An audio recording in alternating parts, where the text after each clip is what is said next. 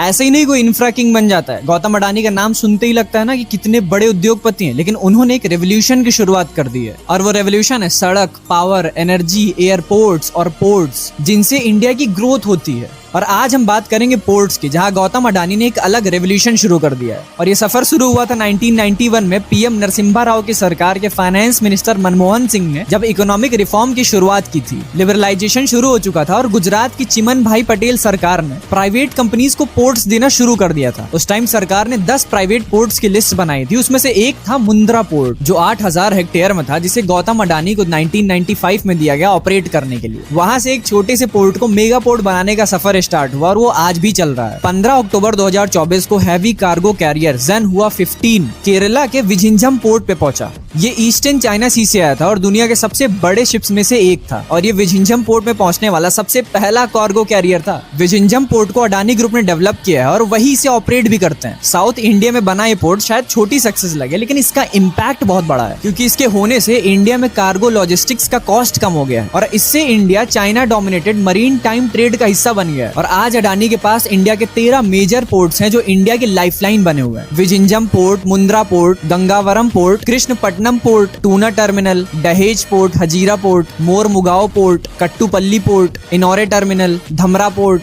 Dighi port और Karaikal port private limited. और गौतम अडानी सी वे से इंडियन ट्रेड की एक नई लाइफलाइन क्रिएट कर रहे हैं, जिसका फायदा सिर्फ उनको नहीं पूरे देश को हो रहा है।